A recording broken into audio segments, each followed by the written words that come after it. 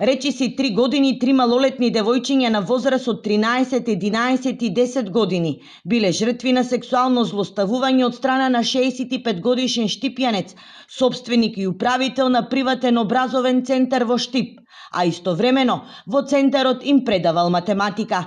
Според обвинителството, осомничениот од септември 2023 до 11 мај 2026 користел прилика во која на девојчињата им држал дополнителни часови во образовниот центар и им се приближувал и ги допирал по телото. Случајот бил откриен откако родителите пријавиле во полиција. Јавниот обвинител до судија на претходна постапка од Основниот суд во Штип достави предлог за определување на мерка притвор за осомничениот. Случајот во Штип го отвори и прашањето колку приватните образовни центри се безбедни, но и контролирани од институциите. Бидејќи тие не се под надлежност на Министерството за образование и наука, нема системски надзор врз нивната работа, посочи министерката Весна Јаневска.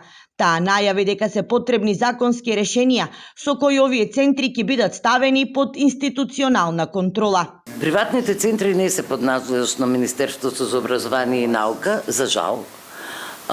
И моите информации кои ги добивам од стручните служби велат дека тие се надвор од системот.